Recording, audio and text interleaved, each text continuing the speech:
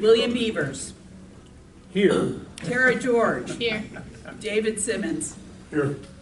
Margaret Wilson. Here. Ray Baker. Here. John Farquhar. Here. John Guisti. Here. Jim McCready. Here. Mark Sousa is excused. Peter Wittrobski. Here. David Brennan. Marge Hodgkins. Here. Kenneth Kerr. Here. Thomas Smith. Here. Carl Turner. Here. Ken Chikoski. Here. Tom Pasquarelli. Here. Aaron Robinson. Michael Schwartz. Here. Anthony Agresta. Excused. He's excused. He called me last week. Sid Chase. Here. Tim Foster is on the way, will be late. Victor Jones. Here. Elizabeth McGowan. Yep, I'm here. Damon West. Here. Dan Bixby. Here. Owen Hahn. Here. Howard Huth. Highlight of my week. Judith Tiffany. Here. Peter Nichols. And Lou Jones is not here. We have a quorum, sir. Right. So we're gonna really go back in time here.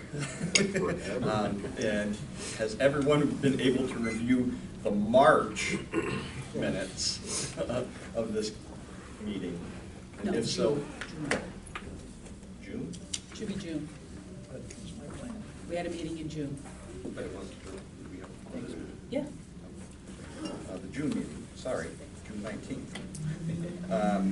If anyone has any questions for the minutes, if not, I'll take a motion to approve. So Make a moved. Okay. Wherever Tara, you want. who was the one over on this side? Pick two. Dave, okay. Any discussion? All in favor? Aye. Right, perfect. Introduction guests. I have Brock Sardella, Alex Kaiser, and Rich Knapp. Did I miss anyone? Okay. Those are our guests. Thank you for coming. Correspondence will be in the meeting minutes. Chairperson's report. The only thing that I really have is, and I guess we can discuss this in old business, is we probably should come to an arrangement here on what time we want to meet, when we want to meet. You know, we're trying to find the best for everybody's schedule. We've tried different times, and I want to eliminate the confusion on whether or not there's meals, not meals, you know, what meal time is as opposed to meeting time. So if, put some thought into that. Again, we can discuss that in the old business section, but that is really all I have to say. So, Secretary's report.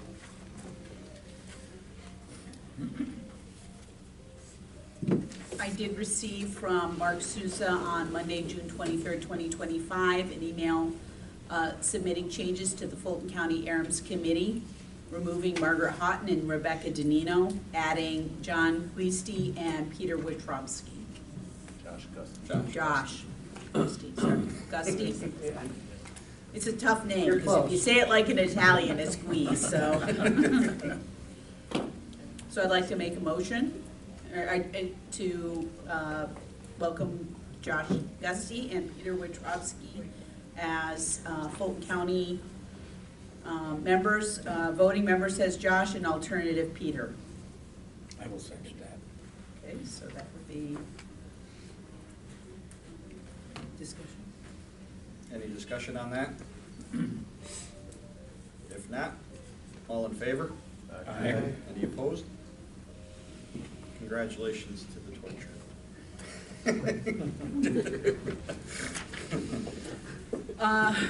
The New York State Division of EMS website has had a couple of updates. Under the Education tab, there are now 2 portals for CME submission. The first portal is for the actual CME form submission, and the second portal is the Agency CME Communication and Registration portal. Underneath that portal you can do initial registration, updated agency plan, or an updated MOU with regards to your CME plan. The other update that I've been told about is that under the Education and Certification tab, there's now an Instructor Course Opportunities tab in which CIUs are listed, CLI classes, and Vital Signs Academy classes for instructors are listed. Last on my list is that the AHA guidelines for CPR and emergency cardiovascular care 2025 will be published October 22nd, 2025.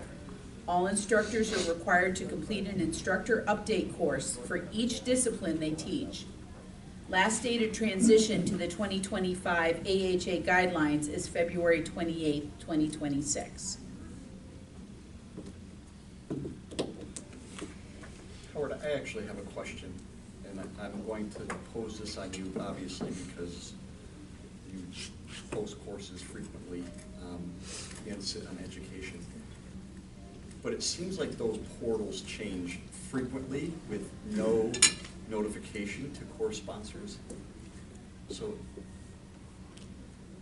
That's a statement, Tom. yeah, I guess it is. Is that, I don't know how to be I have a politically comment. correct.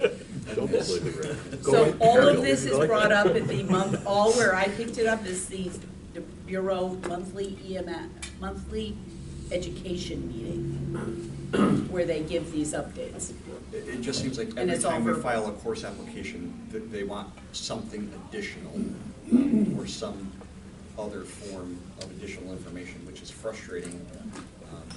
Not that we don't have it, but it just seems like it takes so long to file. They did go Yes. over a preferred outline for course submissions in the meeting yesterday. I have suggested to them that they have all of their portals set up so that when you go in to submit something to a portal, it tells you what you need to submit before you actually get in the portal. So like when you do your course sponsor administrator, course sponsorship renewal, it does not tell you that, oh, by the way, we added 3 things that you don't have. So now you're in the middle of doing it, and one of the things takes an hour to do, so you can't save your place in the portals. Now you have to stop doing what you're doing and go, yeah, it's, There's good intentions behind it, though. I mean, I get that. But even the course app, when you get in there and like, oh, they want this now, it's a matter of going back out and figuring out what do you need. So yeah, I had made suggestion to State EMS that just any of their portals has a PDF document somewhere tagged next to it. You can open up and like, this is what you're going to need to submit.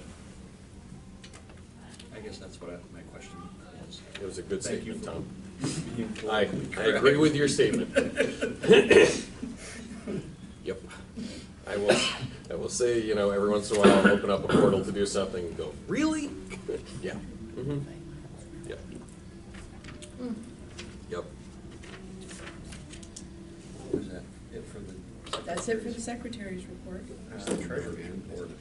For the period from June 21st, 2025 through September 18th, 2025, our REMSCO savings with an opening balance of $4,155.53, deposits of 35 cents in interest, for a closing balance of $4,155.68.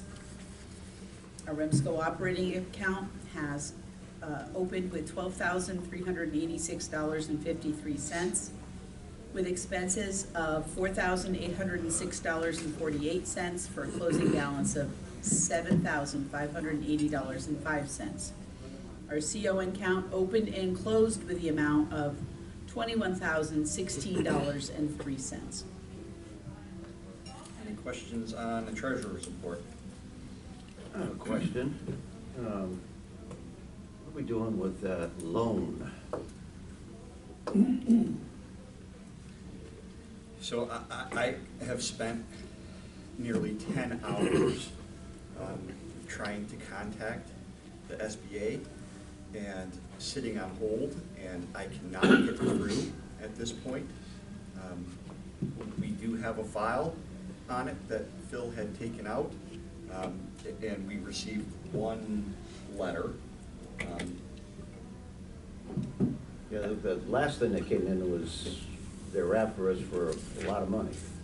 Yeah, I think it was, well, the original letter was like $122,000 or something, but that was not at all what was taken. It was, Right, it was exactly. 80-something thousand. 80-something thousand. And, you know, short of what we found in the file that actually you brought to us, you know, we were pretty much left in the dark as a council in regards to that entire process and, you know, how that loan even came to be. But like I said, I have spent at least 10 hours sitting on hold trying to contact the SBA to figure out how we go about Yeah. fixing this, because we don't have any, I mean, we can't obviously write a check for $88,000. I mean, we don't have that money, but we don't have a payment plan either. There's nothing in there that shows any kind of payment plan.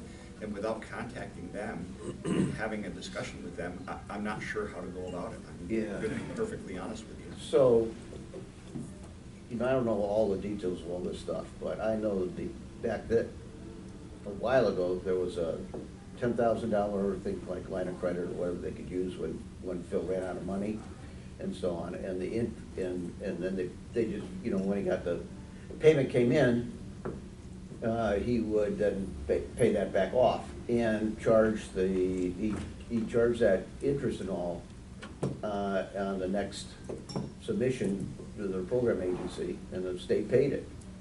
So I'm just wondering whether the state So pay the interest on that loan too, I don't know. I'm sure the state is not gonna pay the interest on that loan. I can guarantee that. I can tell you that we no longer have that line of credit. Okay, When yeah. I we- know the line of credit went away, yeah. You know, and that was to the tune of correct me if I'm wrong, $32,000 or something. When we paid it off? When we paid it off. They had, you know, Phil had $32,000 that we paid off when, you know, when we contracted with REMO. So that line of credit is gone. Yep. But we're just having difficulty, and we've not really received anything other than what you've received, you know, from the SBA. Yeah. And, listen, we don't want to stiff anybody, but the reality is, we can't write a check for $88,000 because we don't have that, obviously, we don't have that money. And without being able to talk to somebody or develop that payment plan or how that repayment was originally set up, right? I think, and I'm really going back now, right? Obviously, I think Phil said that, you know, when he took that, it was a 30-year repayment plan. I think so. But somehow we need to know how that works in order for us to make those payments. Yeah, yeah. I've never seen anything on it, you know, so. And like I said, we've not seen any. But I think we're liable for it. So. They haven't seized our bank accounts yet, so that's a good, that's a good thing. So, you know, again, if anyone else wants to help, I just, like I said, I've spent over 10 hours waiting on hold, trying to get a hold of these people. So I just don't have the time to sit on the phone on hold for that long. Yeah. But if anyone wants to help, by all means, I'm willing to turn over that folder and those numbers, and, you know, we can figure it out. Like I said, we're not, we know we owe the money, Yeah. you know, but it's, how do we have a payment book? Do we just make payments? How does that work? We don't have any of that Yeah, information. no idea. I've never seen any information on it. I just knew that Phil took it out. He told me that. That's all I knew. Yeah, and I mean, that was kind of a surprise to even us as a council. Yep. You know, when he took that out, we weren't aware he was doing any of that. And I think it surely could have been done differently, you know, as he took that out as a loan as opposed to the true COVID that could have been forgiven. So, again, we're, Don't you have the feeling that sooner or later, they will contact us on that one, or well, they've sent a letter, they did, okay. and, you know, then they resent a letter. So the initial letter that we received, it was for $122,000. And that's when we went back and we looked at, holy crap, Phil only said we borrowed 80-something thousand. And, you know, then we got another letter, you got another letter that had the correct amount based off of what was in the folder that was in the office, that, you know, we have. That's,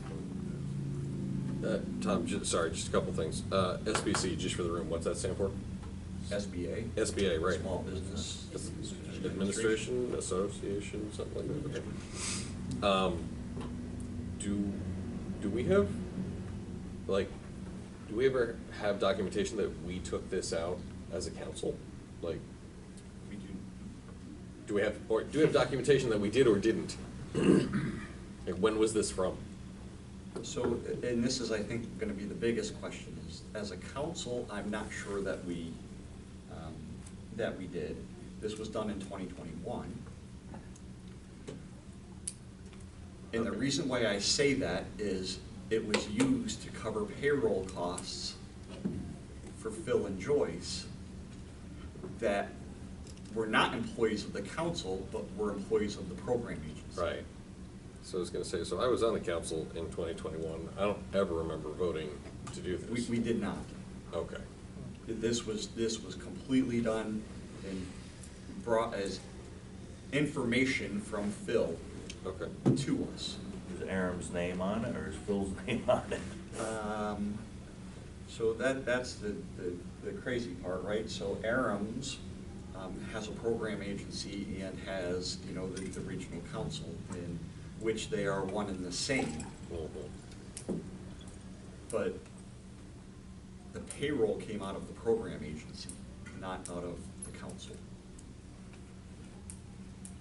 Was that in 21 when that line of credit was open, or was that just renewed? That's a line of credit and small business administration loan are two different things. Okay, the law, I mean, So Phil had a line of credit. I remember for years, because the deliverables, whenever the check was laid back, and I do remember years ago approving to get money to pay the payroll and then pay it back when we got the deliverable. That was And a I'm just trying 40 to remember back with this loan from the SBA. I do remember at one time about the SBA, but we'd have to go back in the minutes. Yeah, so the line of credit Phil had for, I don't know how many years, many years. It was a Yeah. $40,000 line of credit, Mhm. in which, you know, we had expended 32, like I said, I think it was $32,000. And when we received our contract money from Yeah. the state, we paid that completely off and closed that line of credit. So that part of it has been completed. This is completely separate. This was done during COVID. I would love to say why it was done. I don't know the answer. It was, like I said, it was brought to this council as an informational thing. We had no vote in it. We had no say in it. And even myself as chair never signed a single piece of paper in regards to it. I can tell you that it was done through NBT Bank based off of the paperwork in the file.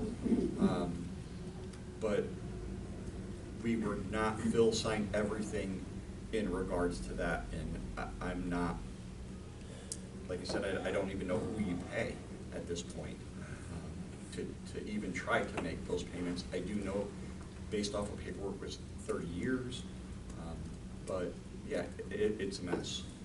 There's no question about it. Is this one of the SBA COVID loans for payroll? No. That if you used it in payroll, you were forgiven it? No, it is not. It is not. He did not go that route. He didn't use it he did not apply for that particular loan. So there was two different loans. There was one that was able to be forgiven, and then one you would pay back over 30 years. He applied for the one that was payable over 30 years. Was Phil's position bonded? I do not believe so.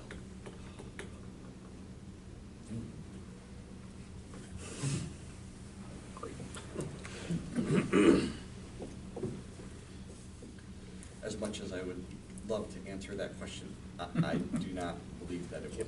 Can we find out for sure? Because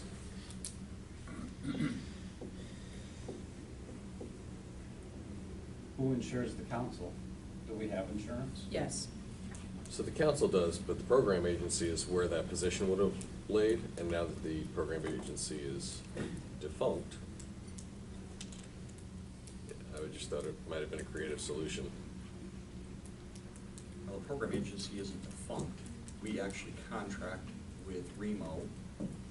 Right, but the ARMS program agency is defunct, because the ARMS council is. contracts with REMO, right? The program agency The contracts. management, right, the management side of it, yeah. So the program agency contracts with REMO, not the council. Okay. Last question on this. Do we have an attorney on retainer, and have we contacted them yet? We have not. I'd like to make a motion that we direct you to do that. Pay attorney fees for 10 hours on hold? Well, you're talking about 120K here that we can't figure out, so I yes. understand. It's not 120, it's like 82 or 86. 86. Okay. 86. Wow. Is that it? Hang on, we just started GoFundMe. We're gonna have a lot of guys that get breakfast. Everybody buy some pancake mix. Yeah. What's your motion, Howard? Have we reached out to NBT, if we know the money actually Well, came? the money came into NBT. Right, it came into NBT, but it's done through the SBA. Because I know SBA sometimes uses You funds had to for money apply, through a bank. you had to apply through a bank Okay. that you were using. So our bank was NBT, and that's why we applied through, or Phil applied. Phil applied. I just wonder if they might point us in a, they may have another pathway to SBA besides 1-800, get no answers. Right, like, And I can work on that, because I have one of my contacts is vice president at NBT. I can ask that Oh, question. well, there you go. Yeah. I mean, maybe they have that backdoor contact that we just don't have. Okay. And Tom, yeah, I get what you're saying, like, why spend more money to lose more money? But at the same time, this seems like, Oh. how would we clarify it, a hot mess? I- So, do we have an attorney on retainer? Like, does Remo or, no, nobody, of course not, what we're thinking. Remo may, but. Okay. Remo. You wanna just give Mom a buzz and be like, hey, how's it going? No? No. Like talk over dinner. Right. Hey, so you know what happened today? And the other part of this is what really makes this complex is this is a program agency issue, right? So Mhm. we have to involve Remo because we contract with them. Right. In this, and, what does that do for our contract, because we've contracted for a certain amount of money? Yep. It's a complex issue, there's no question about it. Hence do we have an attorney on retainer? We can get that answer though for, There's a motion on the table. Yeah, I'll withdraw it. Thank you. in the meantime, I will reach out to NBT and see if, like Bill says, if there's a different avenue to pursue in regards to it. Any other discussion on the treasurer's report? That took a turn. If not, I'll take a motion to accept it. Oh, so move. Second? Second. All in favor? Who gave the second, please? Dave Simmons. Any opposed or abstaining?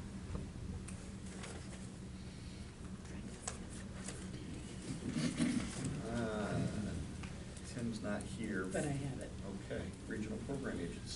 Tim sends his excuses. He is holding a public hearing for a CON matter at the office today. So the program agency report 2024, yes, 2024, first quarter program agency payment was received in the amount of $74,908. The second quarter voucher was submitted and hopefully is being processed. Despite the fact that everything is a year behind, we can only submit a quarterly voucher once the previous voucher is processed.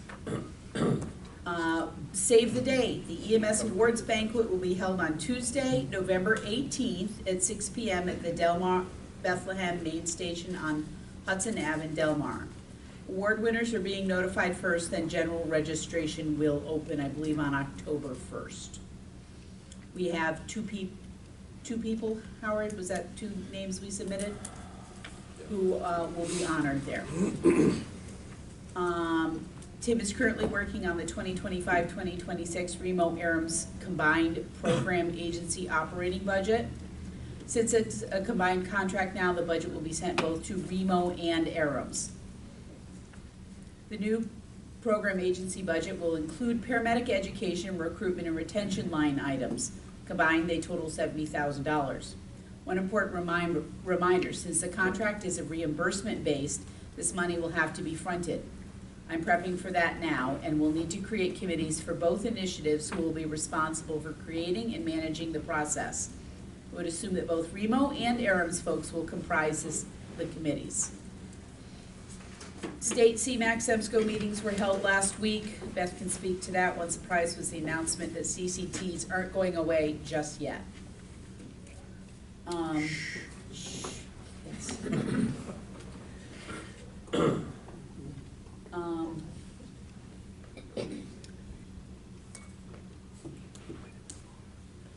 We have actually 4 disciplinary actions that I will attach to the minutes for next time. One is out of New York, New York. One is out of Queens Village, New York. One is out of Brooklyn, New York. And one is out of Warwick, New York. That's the program agency. Training.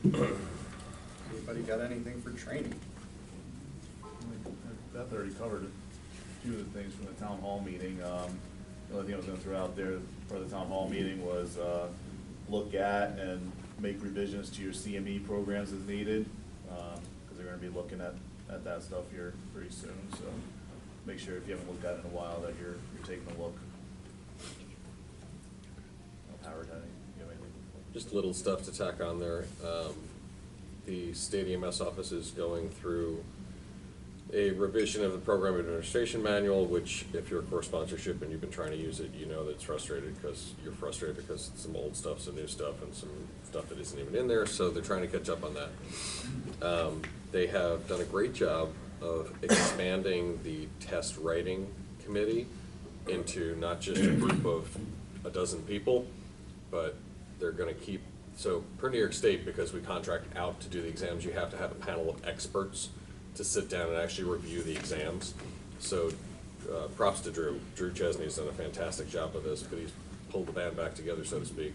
We've met a couple times, and now they've actually broken it out after a suggestion to open up exam writing to more people, so we get more providers from around the state that can submit questions, and then keeping the same exam review group, so that you'll look at IM analysis after they've been submitted, so hopefully we'll get more people involved in actually writing instead of just a dozen people or so.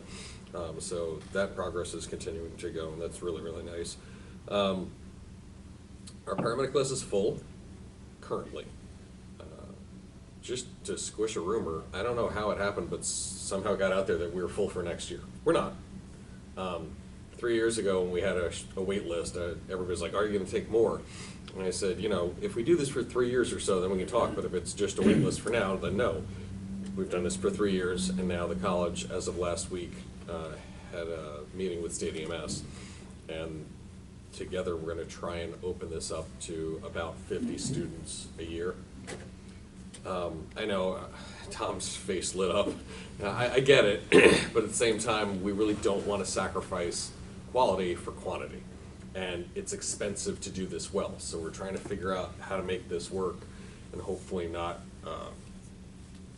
decrease quality, right? Because it's about having good product at the end. The other thing, rumor mill squishing, if you're hearing that potentially we're working with a county or two about a potential off-site lab, that's true too. Nothing solid, but it's in the works, it's in discussion, where potentially we would have something like a 15-person cohort where, because our lectures are still high flex delivered, there would be Thursday labs someplace else in New York State, and we would hire local staff that would be trained by us at Cobleskill and then assigned to those locations to run a 15-person lab once a week down there.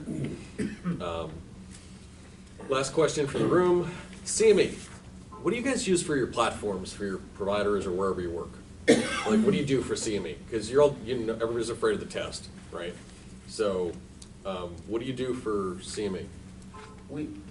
John McMillan teaches CME classes for us. Okay, cool.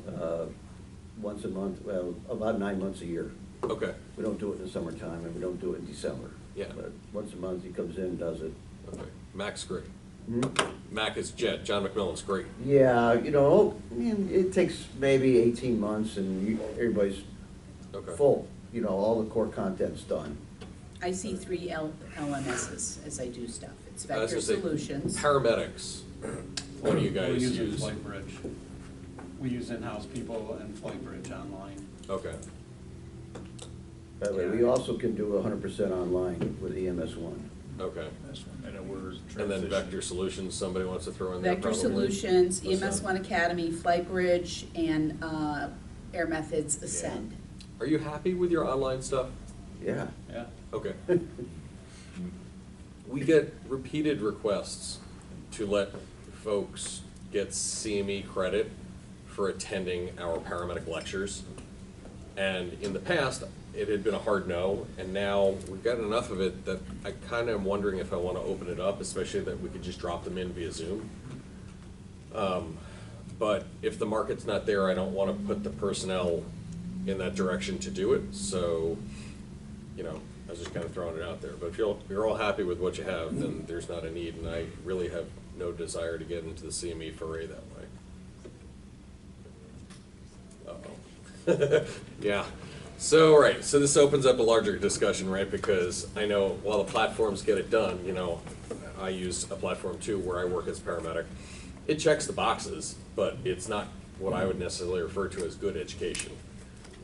But it checks the boxes, right? So, you know, you can do the load of laundry, walk the dog, you know, and then come back and check your thing, and you still get your 7 hours of CME credit for however much time. Right, exactly, right? So it's not exactly the best education in the world. We all know that, right? And different platforms are different, but it's not great. The other thing that we trialed a couple of years ago and was really successful, and I think we're going to go back to, is opening up. We did I don't know if anybody here attended, but we did a 2-day. It was an airway concentration to it, a two-day primarily hands-on CME day. So we did 2 days worth of just a little bit of discussion lecture in the morning, and then like full-on like lab rotations like you would in paramedic school. And it was broken down into small groups. It's more expensive because you got to pay for staff to actually do it, but the attendees really, really liked it, and 75% of the 2 days was hands-on education, which I think most of us would say, you know, meets our educational needs at least a little bit more. So that's something that we've thought about doing too. So if your agency's interested in doing something like that, or you think it's a good idea, let me know. I'm just trying to figure out where to put our resources going forward, because it's going to get tighter and tighter as we expand too. So that's it. And I know everybody keeps asking about the Winter Symposium. No, there's no plan to bring that back anytime soon. I wish I could. I really like doing it. We love doing it. But it's just a lot of work, and I just don't have the time to pull it off right now. Myself, I'm not a big believer in all online CME recertification, right? So, I mean, we make a point at our agency where we run an EMT, 3-day EMT core, and then we run every element course every single year, at least once a year, and a full course, not just a refresher, right? So, I mean, let's face it, if you do the 4 alphabet courses as a paramedic, in, 8.5 days, right, you can pretty much have your entire recertification done. Which is terrifying, because that is not what makes paramedic education, right? That's not even a good checkoff, but you're right. So, and we constantly find that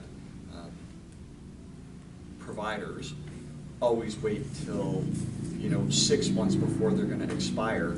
6 months. That's early notice. 6 hours. To try to squeeze all of this stuff in, as opposed to doing it over, over the course of the now 4 years. Yeah. So, but I'm a firm believer in classroom education as opposed to EMS 1. And I've done both, right? I mean, we offer both. But yeah, it's, classroom is important. You have to prove your skills, not just sit in front of a screen. So question, why don't you have a credentialing plan in your organization that says you must get 1/4 of your education done every year?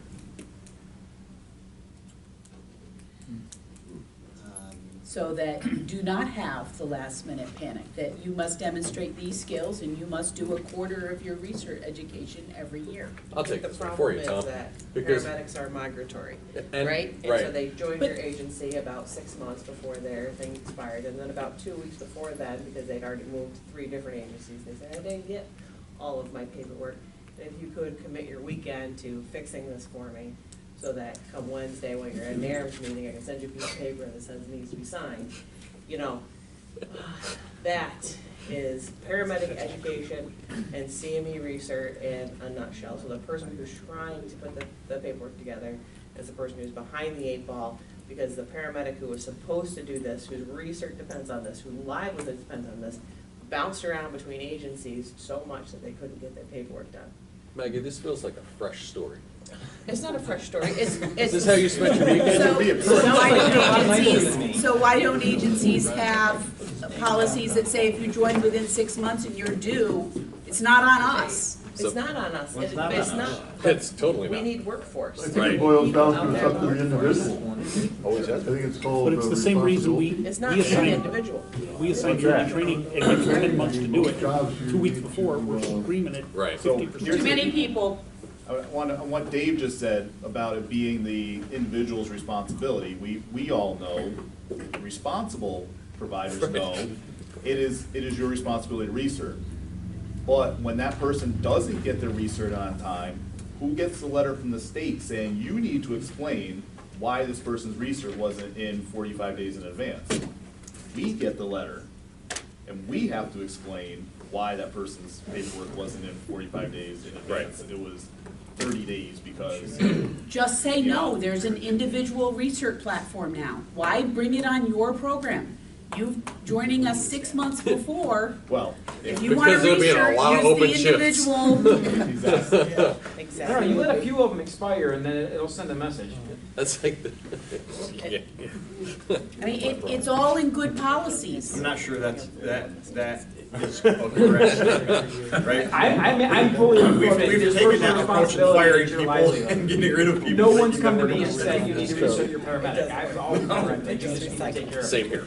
I've never had a CPR The other card expire, issue, right. the other issue for those that use Ascend, when you purchase that platform for your member or employee, that it's good for 1 year.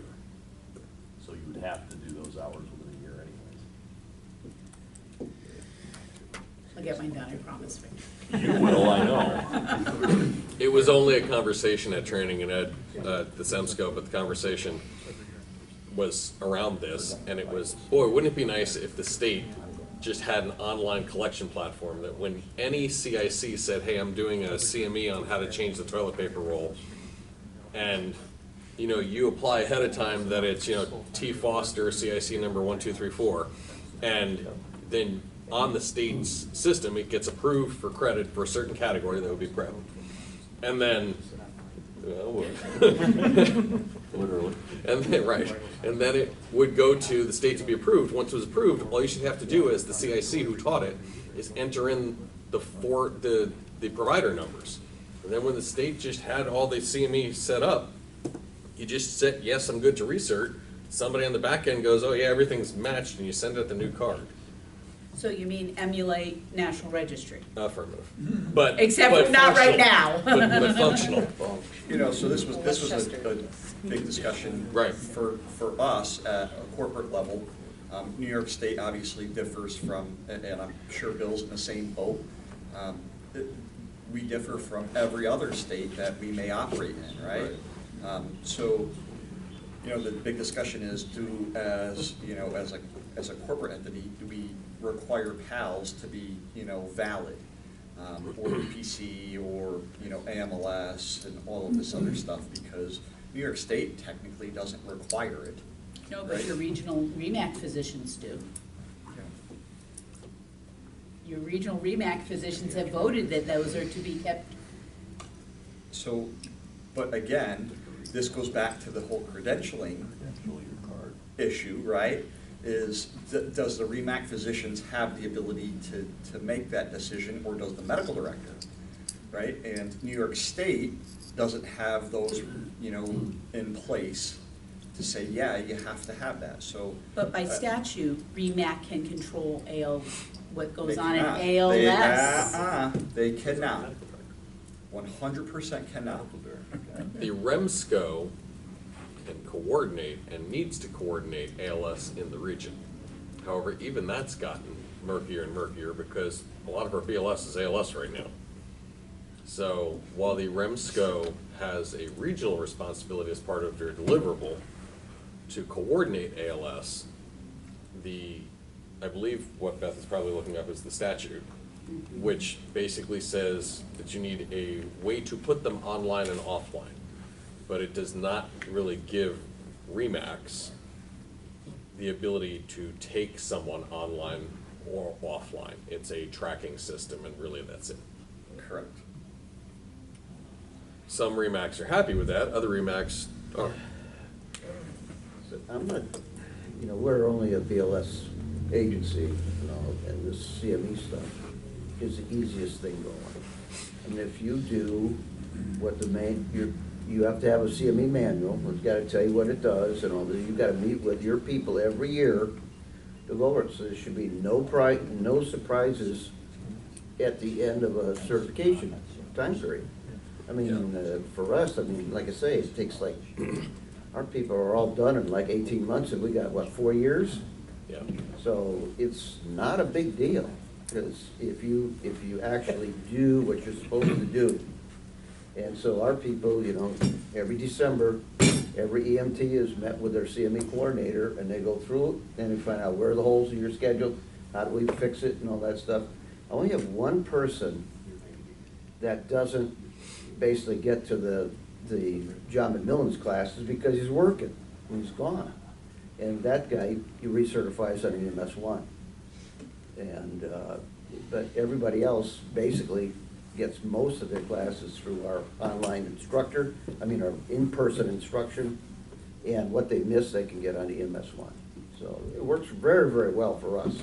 I personally believe, I literally have new EMTs that have come through, EMT class that don't even realize that they have to recertify every 4 years. There should be an hour dedicated to say, hey, you have 4 years to recertify, you have to do this, and these are the requirements. Literally, I've had people come and say, I didn't even know I had to do this paperwork or recertify. Our CME coordinator has to meet with the people. It should come from the state when you get your certification. To get them going.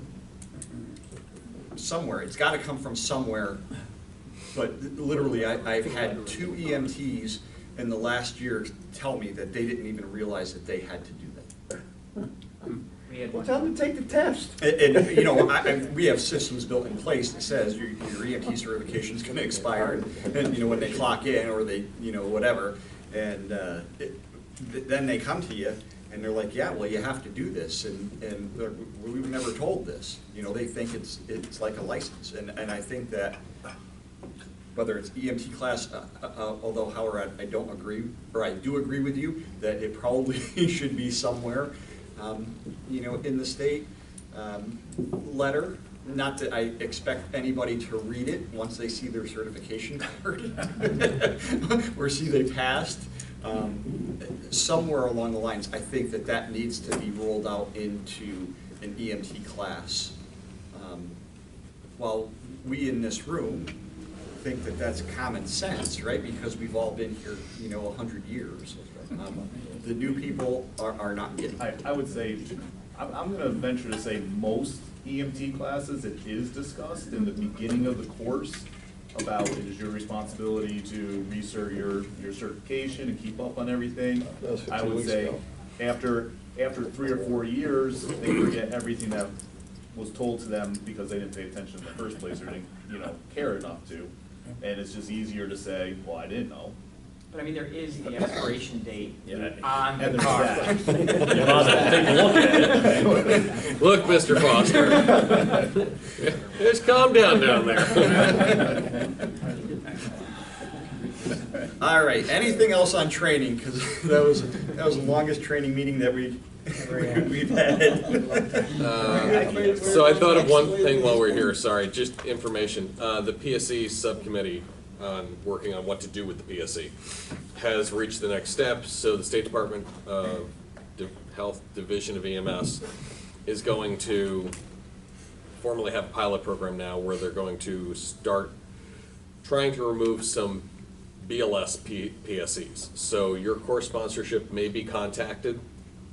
It's going to be a small group that I've asked the Division of EMS to just select some folks that they know that they can work with. And then the first phase will be working with them to see how do we do this, how do they want to do it, what works in their area.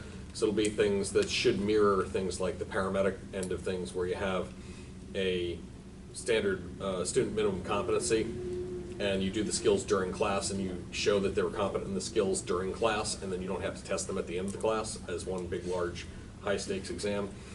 And then once that one phase gets the data back to the state will then sit with the subcommittee, work again with the state EMS office, and then push out phase 2, which will be more course sponsorships on the BLS level, working with what has been put together as best practices. Then it'll come back one more time, and then it'll roll out. So yeah, it's going to be a while. It's going to be a few years, but it's okay. I think we need to do this the right way, and I'd rather take some more time and do this the right way than rush it and then have a problem with it when we need to get it certified through the commissioner. That's it. For transportation and standards. Nothing, Nothing. nothing. Well, then you're up for state council report. Okay, hang on, folks. I sent a lot of the documents to everyone on the council. I won't be hitting all of those documents in what I'm talking about, so please check your email when I send out the minutes. The National Association of EMTs Advocacy has gone through the One Big Beautiful Act to see how it will impact state EMS. There will be changes in Medicaid eligibility, change the amount that the federal government gives to states for reimbursement. So I did attach that. Please take a look at that. We need to form work groups with that will be combined REMO, REMS work groups for both recruitment and retention and paramedic funding line items. Put that probably on new business. National Registry has a big problem right now. National Registry uses an online platform to manage all of their data. And they tried to migrate to a new platform. It didn't work. So providers who have taken National Registry exams to use the alternate path for original certification, the state is not able to verify that exam. So you're allowed to take your National Registry and submit that as your exam.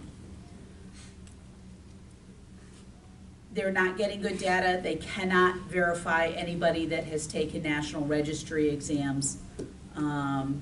The solution to that is take the New York State exam. There's no expected solution or end date to this. I know there was a meeting yesterday, I believe. And it's a big mess. So if you know somebody that's looking for number one, looking for reciprocity, or number two, trying to use the National Registry in lieu of their state exam, it's all stalled. This is not a state problem. And honestly, the state's doing, I think, the right thing. Just for perspective, I had the registry contact me to verify that somebody actually completed our course months ago, like in the spring, because their system doesn't allow them to do it, and they let them test, and they're just going back, double checking to make sure it was actually okay to let them test. Fortunately, the answer was yes. But if the answer was no, this person would have been a practicing provider since May. So, yeah. So I think the state did the right thing and said, hey, look, this is kind of borderline unsafe. We shouldn't be doing this. And it's easy to take the state test now. It really is. And it's cheaper. And it's cheaper, right? National Registry is like 125, the state is 31 or 32 to take. The EMT critical care issue was brought back to the REMSCO. The commissioner will not support the motion for the timeline of the sunset of the critical care technician. The commission would like another solution. He sees it as a workforce issue, that we would be potentially putting people out of the workforce. So it has been brought back to committee. It's going to be taken back to education and training. And there will be a small work group put together. I did run all of our stats. We made the motion at CMAQ REMSCO to set our sunset timeline up in 2024, when it changed from what we had originally said in 2015 or 2016. In 2024, they took away the you can renew by CME forever, and then put in an end date. As of 2/9 of 24, we had 38 critical care technicians in the region. If you will remember, at that time, I did send a letter to everyone in the region that was a critical care explaining what the REMSCO had decided. When I audited it yesterday, 4 of those have totally expired. They no longer hold any EMS certification. 7 of them have become paramedics, which means there are 27 left in the region. And the division between counties is Otsego has 17, Fulton has 2, Delaware has 4, and Hamilton has 2, with Montgomery and Schoharie having 0. My numbers are based on home addresses. So there may be other critical care technicians working within our region who have addresses outside our region. I can think of one at AMR. So that is where we are at with that in our region. They put out a graphic that showed the breakdown of the different regions and I'm trying to remember what the graphic said, sorry guys. It talked about how many calls were done. Top 10 counties by incident where an EMTCC was involved from January to August 2025. And we are not even, none of our counties are in the top 10 counties with EMCCs on runs. And then they did count of responses where the EMTCC was the primary provider by county from January to August. And again, we did not even come up into the top 10 counties for counts of incidents. Nassau and Suffolk are, Nassau and Suffolk are the leaders. Niagara, Shenango, Oneida, Oswego, Cayuga, Madison, Exeter, and Onondaga. And they obviously have the power in the ear of the commissioner. in the ear of the commissioner. And the gentleman that came to our meeting, Dr. Gene Heslin, is the first Deputy Commissioner and Chief Medical Officer. And I say by the time he left, he definitely was a little more educated. He understood that this was not an attempt to force people out of the work stream. This was an attempt to align their skills with the national scope of practice. I think what's important to remember too is that, you know, if you are a CC, this affects you. And if you have CCs in your agency, it's a personal thing. But from a state decision wise, no matter how this falls out, and I've been, you know, working around or with this since they started the tag in 2015, I think. 15, yeah. Currently, there's about 200 to 300, so let's say it's 300 CCs in New York State. That's not just active, that's just certified. So assuming that all of them are active, which is probably a false assumption, there's 80,000 providers in New York State. We're literally talking about less than a little bit more of a third of a percent. So statistically, it would truly be statistically insignificant, and not even a rounding error in this case. So, yeah, I don't think that the first deputy commissioner understood that when he came into the meeting, but I know he did leaving the meeting. So I think this will still resolve just fine, because really what we got back was that this was a workforce issue, and I think that we're going to find out that it probably isn't a workforce issue, and there's been ample time allowed, you know, to use the paramedic bridge program and or, you know, move from there. So Just to put things in perspective in terms of care, we do 4.3 million patient encounters a year in New York State. From January to August, there were 20,000 calls that had ACC on the crew. Of those 20,000, 5,000 calls had the CC as the highest level of care on the call. And it is not known whether or not that CC did any ALS interventions in those 5,000 calls. We're talking about tiny, tiny tenths of percentages. The ratio makes sense. You're talking about less than 0.3% of providers, and then probably even less than that who actually tech the damn call. yep. I'm also curious how much money and time was spent to life support this side of this entire CC thing, and how much actually would it cost to just upgrade their educational standard. Like, we have to be well outside that range, right? Yeah. Like, spend $4 million to upgrade it and not spend 15 years trying to kill it. Yeah. This makes no sense to me, but that's a state problem. I think the takeaway here is do not encourage your CCs, if you have them, to not take the bridge course, because nobody knows what's going to happen. This very well may sunset. You know, It will sunset, just So- not based on the time, the date that we well, originally and projected. that's a question. I don't mind speaking about it in this forum, but I deliberately did not speak about it in the state forum. My only concern on all this is that this now is actually gonna end up in the commissioner's hands. And that if the commissioner's office digs deeply into the CC level as it is currently supported and written, I don't know how they allow it to continue even one day more, let alone 2 more years. Because while we know, because we all work with them, there's some CCs out there that are perfectly fine. The way this is currently written, it would be an upgrade educationally to get to EMT in areas. Because the education piece is that April of 2001 was the last time CC's curriculum was updated. Now, I know a lot of people who have taught CC teach above and beyond that, but that's the state standard. So things like pathophys of shock, cellular respiration, CPAP, 12 leads, that's not in the CC curriculum. And yet it's in EMT.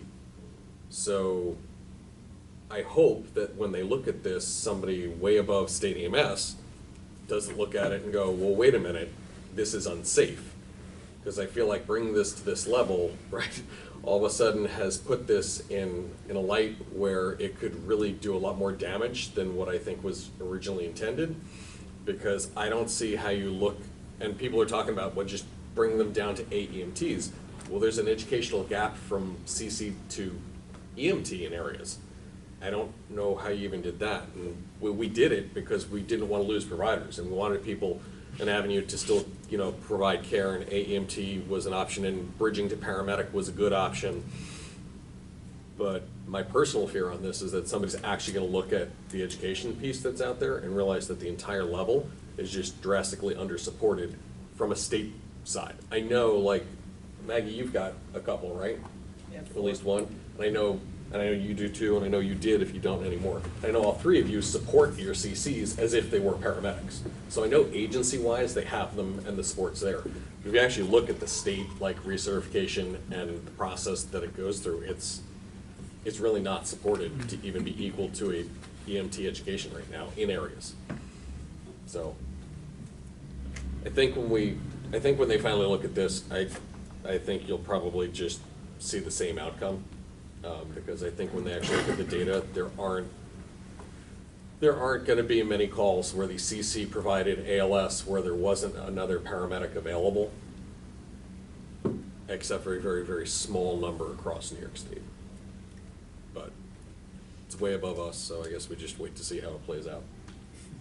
Beth, do you have a time frame? Do you know a time frame of when they're gonna pull that mini tag or whatever they called it together? We were very specific, we did not put a timeline on it, because that way expectations can be managed. So more to come on that. But my first question to the deputy is, the first commissioner assistant, deputy commissioner, Dr. Heslin, was, does he not support getting rid of, what doesn't he support? Does he not support the sunsetting, or does he not support the timeline? And it was clearly the timeline. And then we asked the Bureau to quantify how many, they couldn't tell us how many critical cares were left. Asked them to quantify it, and then they're gonna move it into a work group to work on it. So. The crazy part is where a majority of these CCTs are, is where Northwell Health serves, which is mind-boggling to me. Well, I mean, I'll just say it, right? So we're talking about like, we all know because we live rurally, right? So the places that are urban and have resources and money drive process in this state at least, if not every other state, right? So nothing changes that. And when you look at just where CCs are, the large group of them are still down on Long Island, a lot of them further out on Long Island where there's more affluent communities and more access to, you know, politics, leverage, and corporations that can show that they use a lot of CCs. So, but yes, you know, there's 10 hospitals on Long Island, and there's a ton of paramedics on Long Island. But, you know, this is a statewide review, not just one area, but yeah. It's all throughout the state. If I read you the top 10 counties, it's everywhere. It's not just Long Island. And there are still 20 agencies in the state who list CC as their highest level of care. Right. So, more to come. Update on the supraglottic airway. We received guidance from the state EMS on July 3rd, 2025, after the rollout date for the new protocols, saying if you are not in the Hudson Valley supraglottic airway iGel program, you may not roll them out in your ambulances yet, awaiting policy. We still don't have that policy. They did give an update on the demonstration project, saying that there were 445 cases in 2024, and we're up to 825 cases this year so far with a 94% success rate.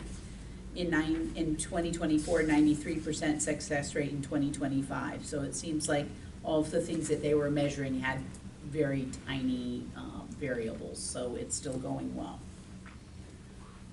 We voted in the new equipment standards. Again, that is in the handouts that I sent around. They have to go through department final approval, adoption, and then they will be enacted, rolled out, I'm not quite sure of the right word, 6 months from the time that they are adopted. So there'll be a 6-month time ramp to get compliant with that. Vital signs registration is open. I did include a flyer in the email. The EMS Memorial will be in May, and we should have the council dates out soon for 2026. That's it. Again, all the notes for REMSCO are in the email.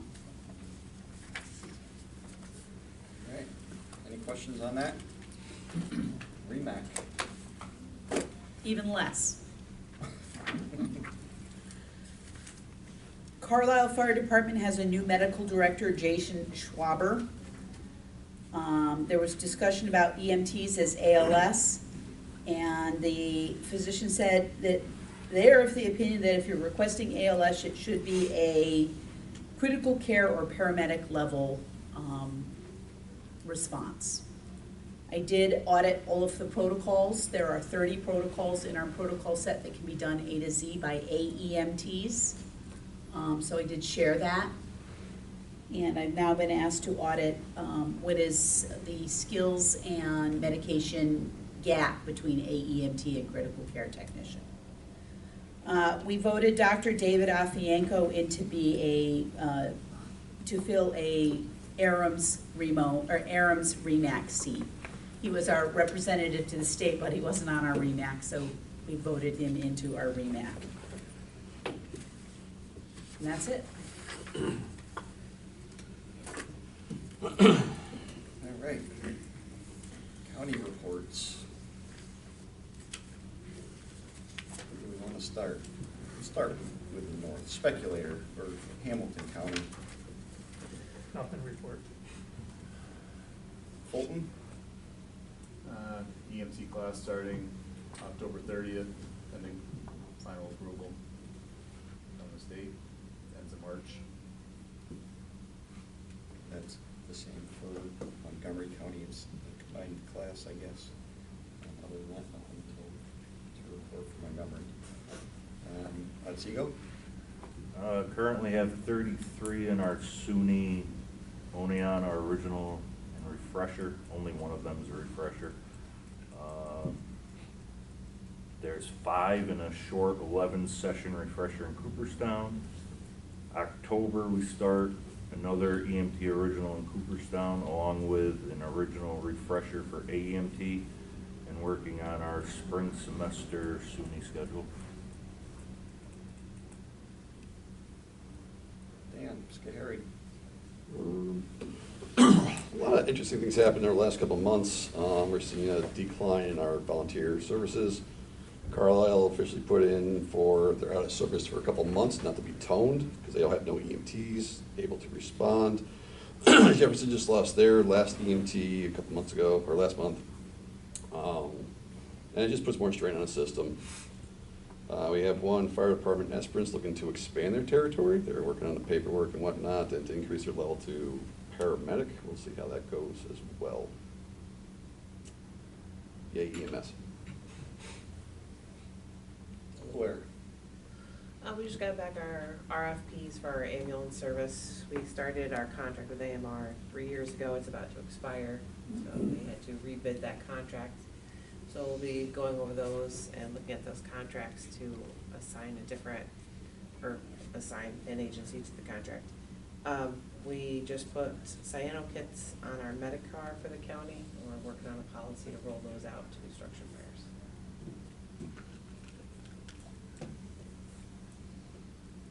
Old business.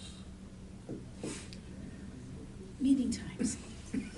Yeah, meeting times. So what are some thoughts? Is this a good time to meet, not a good time to meet? do we want to meet at 10 or have breakfast?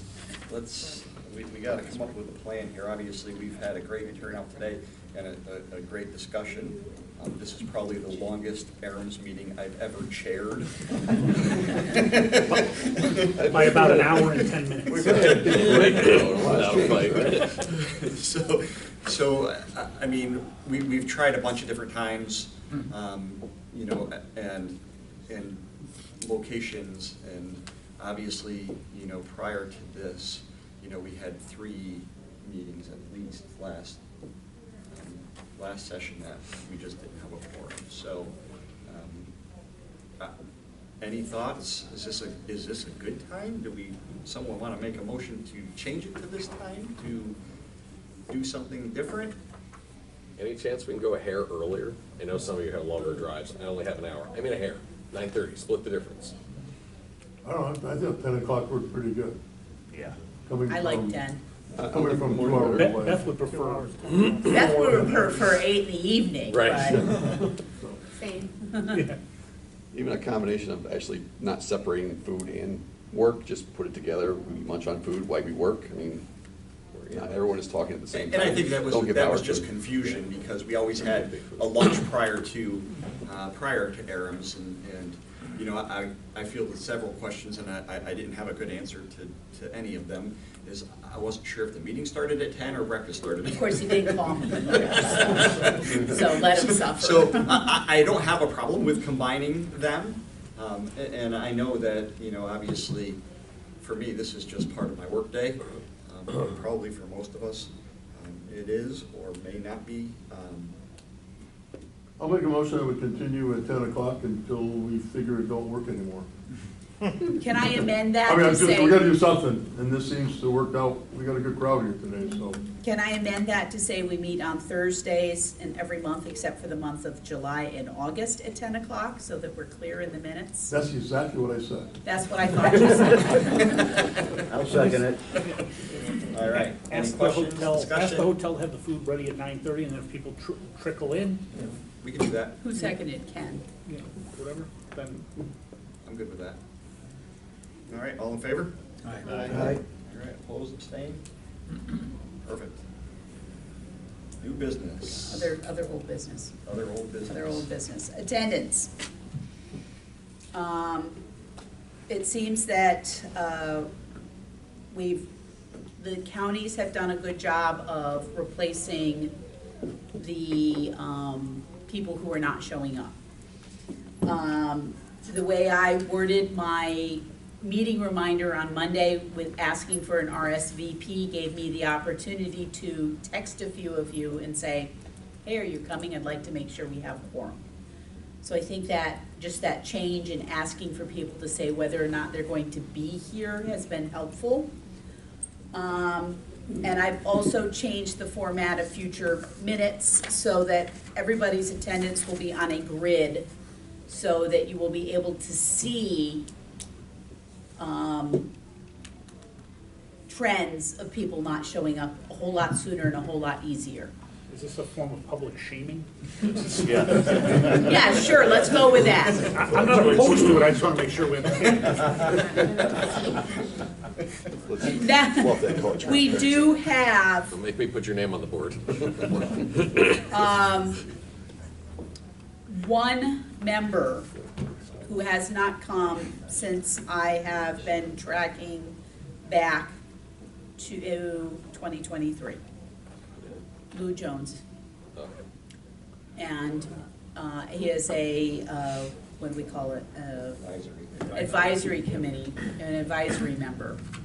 Which, Do our bylaws hold them to do our bylaws hold I don't. somebody in that position? to Well, a let's look, I got standard? him right have here. that position in the bottom. So either we stop tracking him as an attendance, because he was on the attendance list when I inherited the attendance list, or do we send a letter saying, do you wish to still hold this position? Is there such a position in the bylaw? I believe we made one, just give me a second. Membership. Yeah, I do believe, because like Mark Zeke was the first one, and then Lou was That's what I thought. president. Advisory members shall consist of, but not be limited to, representatives of the New York State Police, local utilities, and others. Advisory members shall serve the regional council as resource persons and shall not be voting members. They shall be elected by a majority vote of the membership for nominations received from the floor. I move that we send Lou a letter asking what his intentions are. It doesn't say, that's it. Yeah. Yeah. We put in a lot of time. Does he know he's an advisor? Yes, he does. He does, and I actually even, Maggie made sure I had the right email a while ago, and I did speak to him when we were all at Phil's funeral. Well, Lou is in my fire department, and he's had some health issues. Right. Do you want to own this then? And Yeah, have a chat? let me talk to Lou, and I'll find out, and Right. I'll ask him to reply to you, what his One where intentions are. I'd like to continue and participate, or it's time for me to say I can't do this anymore. What did Mark do? Did Mark resign? Mark resigned. Mark sent in a resignation letter saying, thank you, my time's up. So, I think that's been the only two people who've ever put in that position. that is correct. Those were the only two that I've been aware of. Hey, In Beth. fact, I think we did a bylaw change to get Mark as the first one, I think so too. so. Correct, we did, yeah. Hey Beth, have you Yeah. considered sending out a calendar invite for these meetings so that you get RSVPs? No, I hadn't, so let's, And then you kind of know who's coming and who isn't, or at least who says they're coming? all I do is the reminder. So let's add a calendar invite.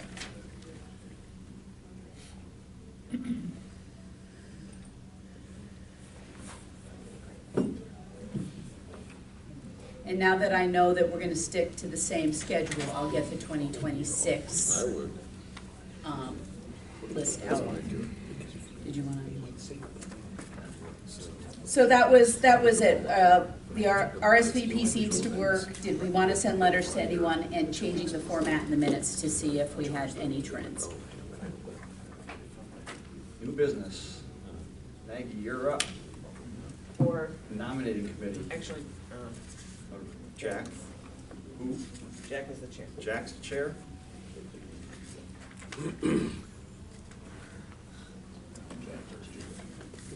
Jack, nominating committee? He's pointing at you, Maggie. So, She there was pointed at some you, Jack. confusion about the nominating committee, which I talked to Tom about at REMSCO, because in Delaware County, you have to write a letter. And apparently in REMS, you have to cold call people. Which I think that Right. we should probably look at changing that and develop a policy like you have in Delaware County. Yeah, you have to submit a letter, you have to be present, and. It's, we're changing, obviously, we need to bring it up to modern times. We've done it in, old school and, soup can and yarn for long enough, so. But, yeah, Maggie and I did have a conversation because we did not have, she did not have anybody, but I think that, I'm assuming you called. I know you and I spoke. I did not get hold of anybody. Okay. For how this works, I know, but we did have another conversation about the secretary treasurer, so I don't know if we want to do that before we do the new business. But it's a big job. Well, I'll let you elaborate and we can have that discussion. Well, so for years, the council has paid somebody to be the secretary treasurer, kind of, because they were the program agency people. So the program agency people were also the secretary treasurer, because it takes a lot of time to put the treasurer's report together, to do all the stuff with the secretary's report, to organize the minutes, to make phone calls, to do everything that's involved in being the secretary for the council. So there was some conversation being had about whether this should be part of our REMO contract or not, to have somebody come in and be the secretary treasurer, instead of it being an elected position, volunteer. Nobody has any thoughts? Did we have that conversation with Tim? No. So I think that that's where we probably need to start is, what is included in, in those responsibilities. So maybe you, myself, and Beth can have that conversation with Tim, and see where, you know, what that entails. And is it gonna be part of the job for Remo under their contract? One thing I was going to suggest to possibly lessen the load is that we do a bylaw change and have a secretary and a treasurer, instead of having a secretary-treasurer. And I'd be happy to draft that bylaw change. Which also goes back to, if our treasurer isn't bonded, shouldn't we be bonding our treasurer? I would think that would be a great idea. Going to that. I thought he was bonded, I thought. And he very well may be. I think that that's something that we just need to look into, what our insurance covered. Okay. I can work with you on that. All right. So, no, then we certainly did not do, I did not do a good job with this nominating committee thing. Really touched it. So the bottom line is, if anybody is interested in becoming an officer of this organization, please send a letter to Maggie. In the next 3 minutes. 10 minutes. Well, we can table it for a month. We can table it We for can a table month. it. I think that would be the the best. appropriate thing to do, is table it for a month and Yep. give people an opportunity to put in a letter of intent. I think that would be the better way to do it. I'm expecting Maggie's email to get flooded with people who want to be an officer. So the county won't let so many emails come through a day, so a couple a day, people, a couple a day. Would that, the month allow us to change to treasurer, secretary? No. No, right? No. No, because we would have to, that would have to go, That the would have bylaw had- change with a 30-day, I believe, a 30-day notice. And again, with that being said, I think that that's a conversation we need to have with Remo. Right. Because they already, does Dave do? Did you figure out a way to backdoor it to keep me doing it, that just by, because you know who's gonna get assigned it No, every but month. I'm guessing Dave already does the finances side of things. Correct? Yes, But not for the council, only not for for the the program council, only agency. for the program agency. So we know And the that- way they're structured is that he does the council, I think, and the program agency for Remo. Kind of the way Phil used to do both. So I think that we need to have that conversation with Remo and bring that back. You could also just leave the secretary treasurer position the way it is, and just recognize that that person's gonna delegate some of their responsibilities to the program agency. Hi, Beth. And I'm not the one backdooring that. That's me. Guess who's gonna get the most delegation?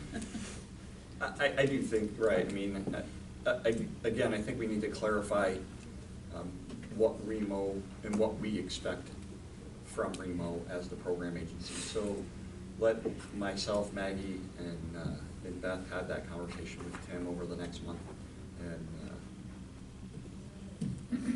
And maybe Beth is unfortunately the person that's gonna be stuck with it, being, you know, a Remo employee. But at least let us get clarification. So, I'd like to make a motion that we table the elections for 1 month in order to allow interested parties to submit letters.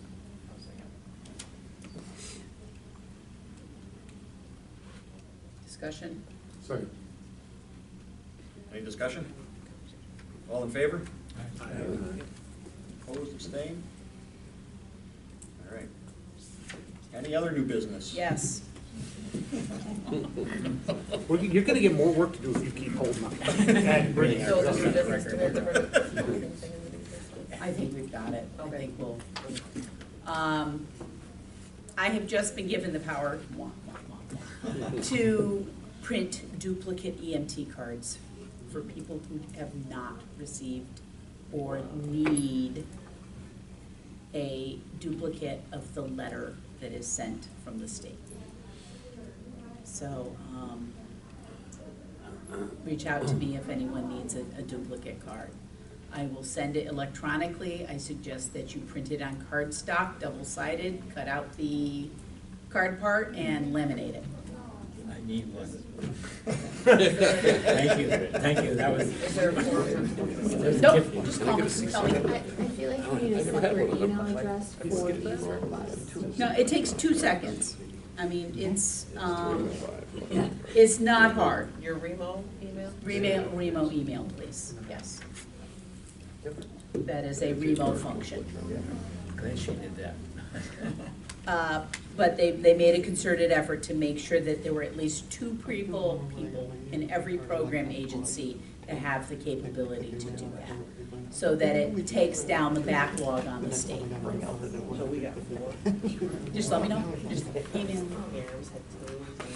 Oh, no, we got 2. We got Tim and we got me. Finally, the state has asked for our medical control plan. I found one in the archives. You want to guess what year it was last done? 87. 82. 2001. You looked. Or he's more I am optimistic than the rest of asking us. for a work group to take this little, no, you're first in line, Howard, No, sorry. I saw that You- coming. Nope. You are first in line. No. To take this document, review it, and update it so we can submit it to the state, so we can get paid as part of our vouchering. I don't have time, I need help. I think the incoming secretary should handle that. Didn't you just say that you'd be allowed to delegate more? Do you have that in So you should electronic? take it. I do have it electronic, but I'm willing to hand it to whomever you say is the chair of this little work group, and I will send it electronically.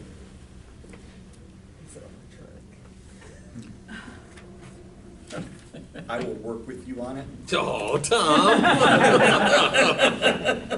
In name only. Work with me like Jack worked with Maggie, or work with me like? All right. We probably should have some, I don't know, doctors on this too, right? I really think that it's more of Is it just like- definition and purpose, subregions, classifications of hospitals, participating hospital, Yeah. non-participating hospital. All right. Yeah, Definition, I'll do roles, it, and I'll do it, I'll do it. responsibilities. It's definitions. I'm gonna call Susie. Change the letterhead. It may just need a quick read through and say, this doesn't apply anymore. Sure. Um, Whole thing? And It just doesn't apply Except anymore. for the first page. What did I just say yes to? What's I it think you called? need one more. You'll send it to me. Yeah, I'll send it. Medical control plan? Medical control plan. The good news is it's only 41 pages, Howard. Great, we'll get that down to 1. Anyone willing?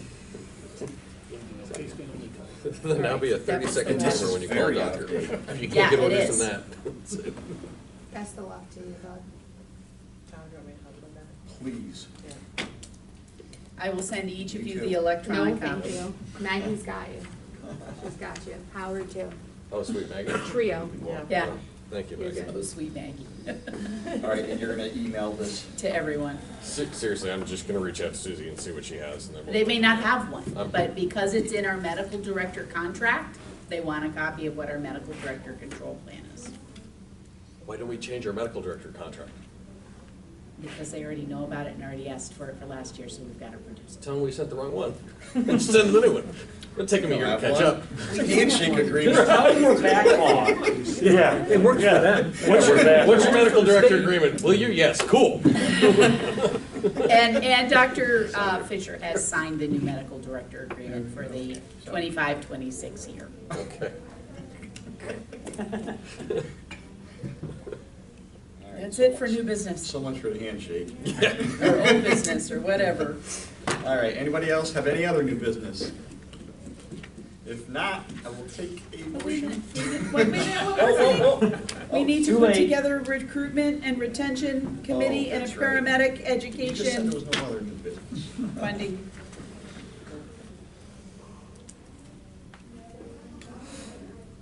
So, obviously with the, I guess what we call grant money from the state, I don't know which one. Program agency line item. Program agency line item, we need to put together some kind of a recruitment retention committee.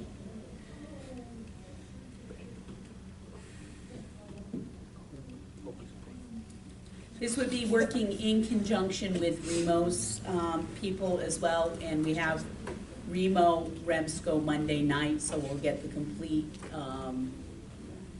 makeup of the committee by Monday night. I'm looking at this side of the room. You always look at me. Stop. I'm looking at this side of the room. Do what I do. Yeah, let me see that. I mean, we're just, if we don't do this, we're leaving money on the table. That's the reality of it, is, you know, we have the ability to help bolster the providers in our area. And, you know, it's, what, $20,000 or something? One's 20, one's 25, so it's 45 and 45, so it's 70. No, I don't know what it is. I gotta get that didn't add up. Bill and Tara say yes. Whoa, whoa, whoa, whoa. We're making dinner plans. Whoa. That side of the room is awfully quiet. Awfully quiet. Listen, let me, I mean, I don't know who has the capability to do Teams meetings, Zoom meetings. These do not have to be in-person meetings. It's literally phone calls. We can We'll do set up this. Zooms. I mean, There's right. two committees, right? there's One's- two separate committees. One on recruitment and spending of, how to allocate spending, recruitment and retention money.